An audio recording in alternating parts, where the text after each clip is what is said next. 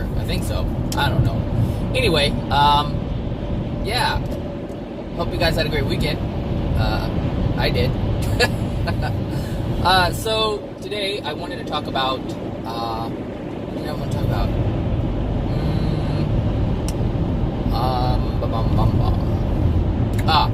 Disease. I wanted to talk about disease. Sickness, illness, anything that is opposite of wellness. So the reason why I wanted to talk about this is because I saw something across my Facebook about some kind of robotic muscle that will keep the heart pumping indefinitely. And you know, it's just another one of these things where man is trying to prolong life, meaning they're trying to defy nature.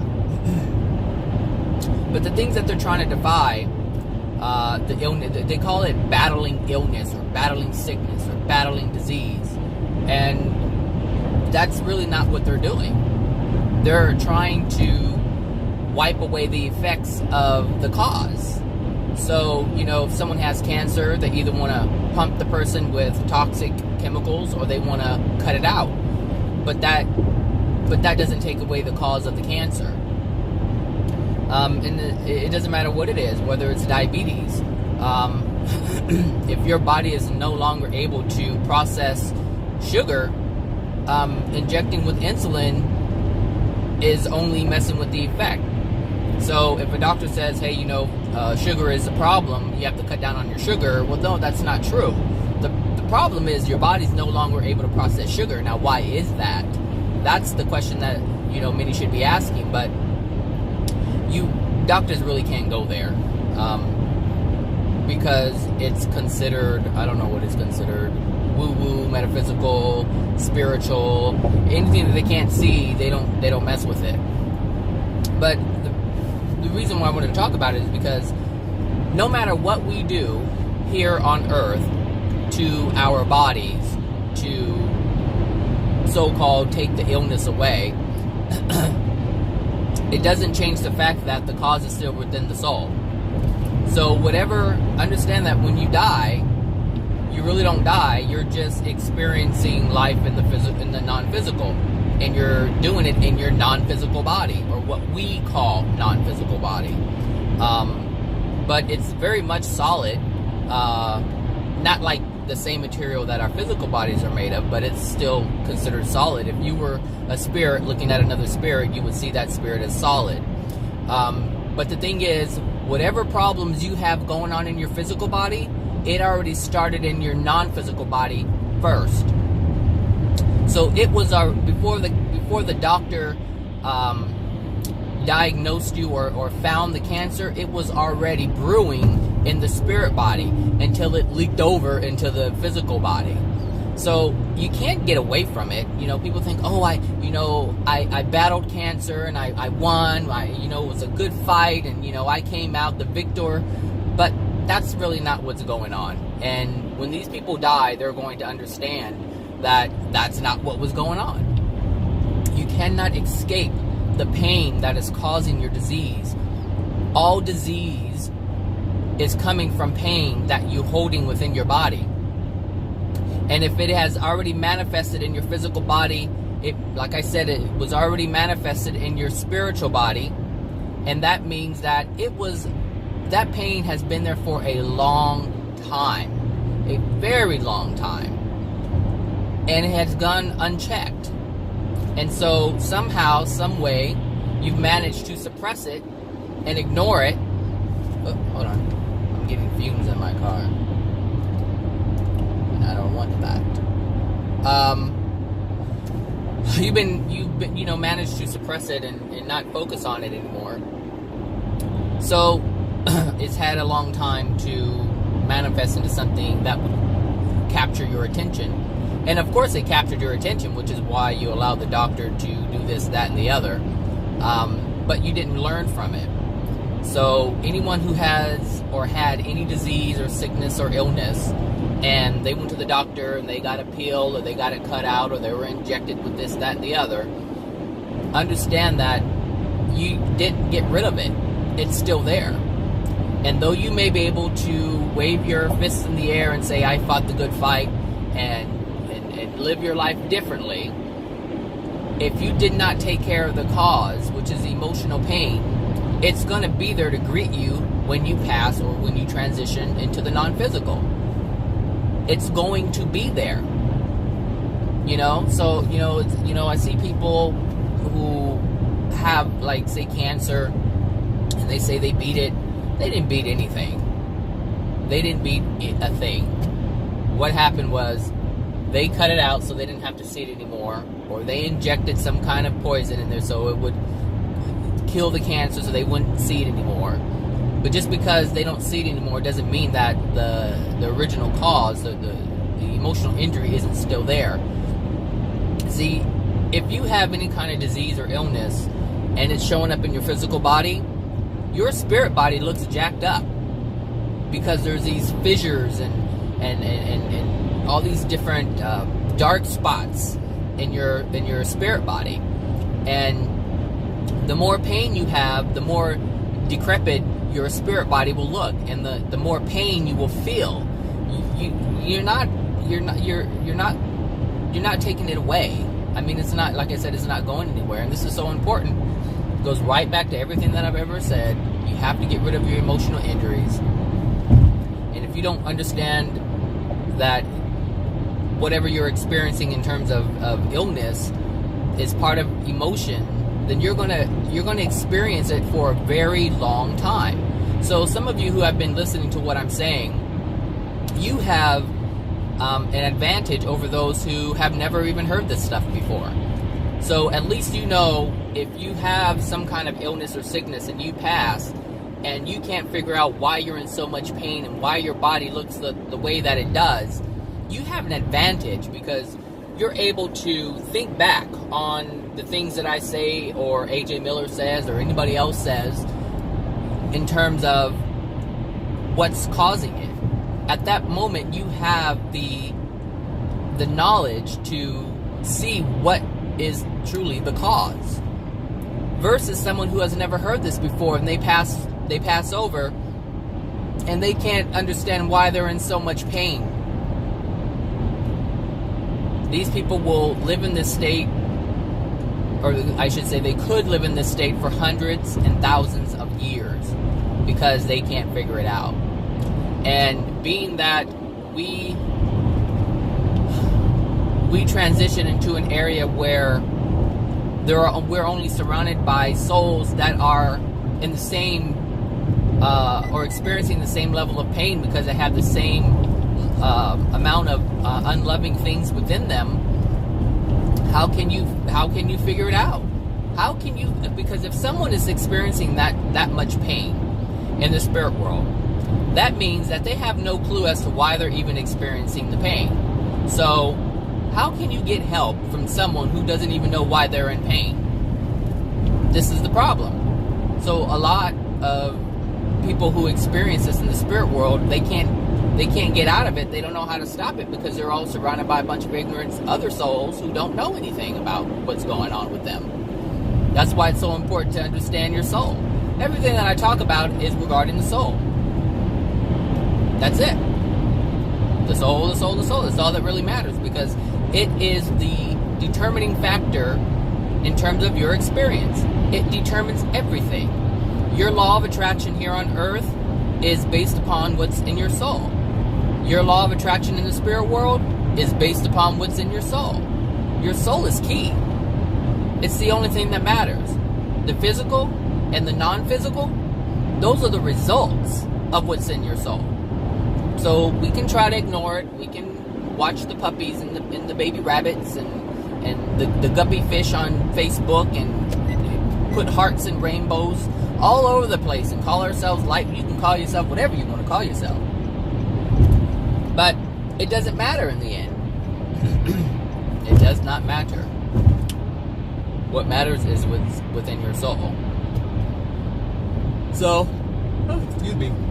So I just wanted to put that out there, Everyone's trying to, and yes, we can, and I think that's the part of God's grace in terms of this being the first place you come to, being earth, meaning earth.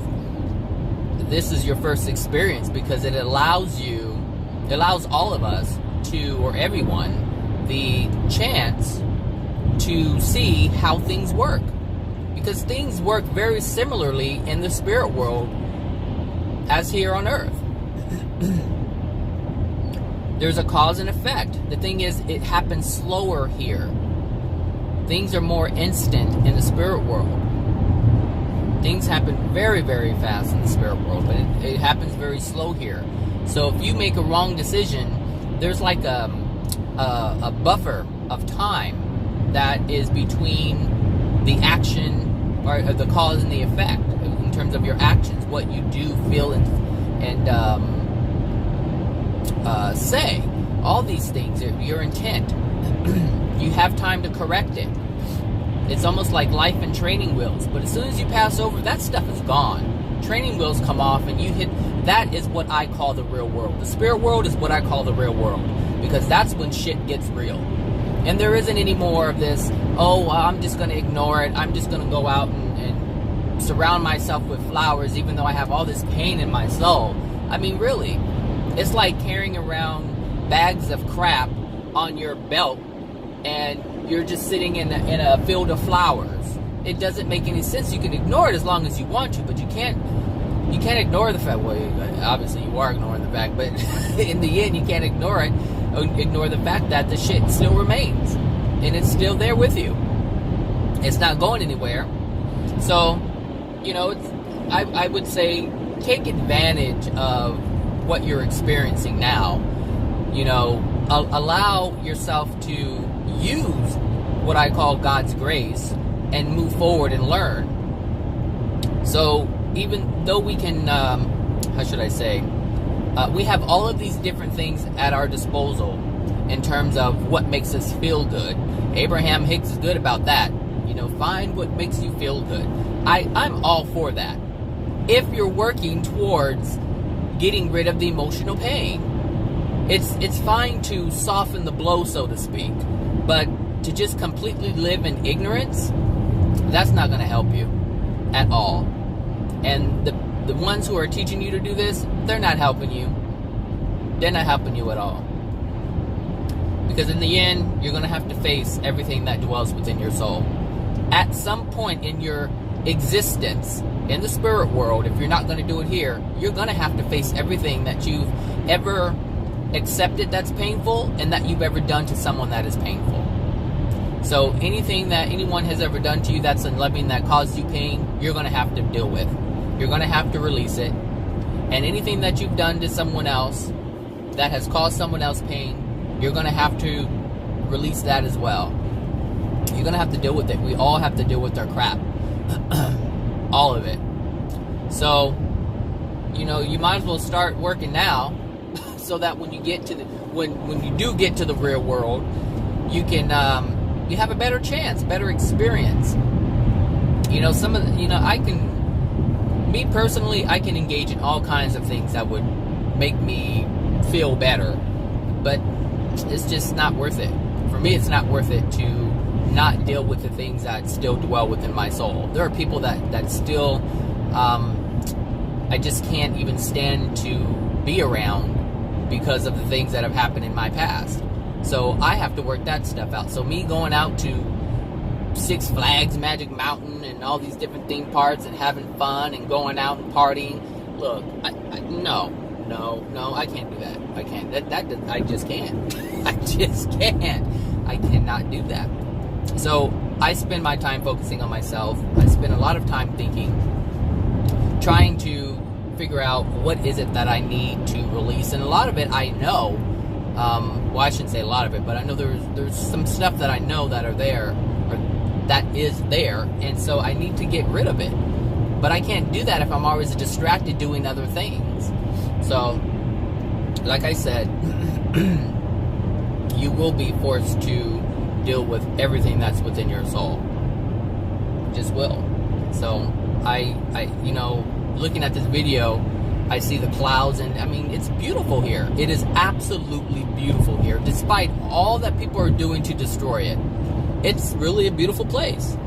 Compare that to being in darkness. Compare that to not seeing any color. Compare that to not seeing any nature. I mean, come on. There's a huge difference.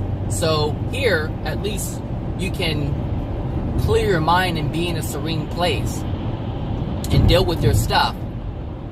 Whereas when you get to the other side, if your soul is that dark, good luck. Good luck. It's almost like you trying to figure your life out in prison. That's it. No beauty. Nothing. Or how do they say when they throw you in the hole and there's only a little light coming in, if that? That's how it's going to be for many people. It's like being in the hole in prison. Try to find some kind of peace in that. It's very difficult. Very difficult. So, anyway, I urge you to think about what's going on in your life, the things that are within your soul. It's fun and nice to have nice things, but it's not everything. So as long as you have, a roof over your head or whatever, you're always going to have more than the next person. Maybe. I don't know what your situation is, but if you're listening to YouTube videos, that means that you can afford internet. So your life is in a better spot than a lot of other people are. So,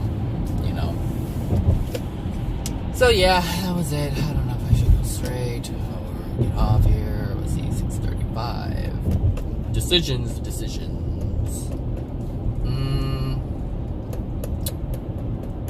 I don't know. I guess it's moving.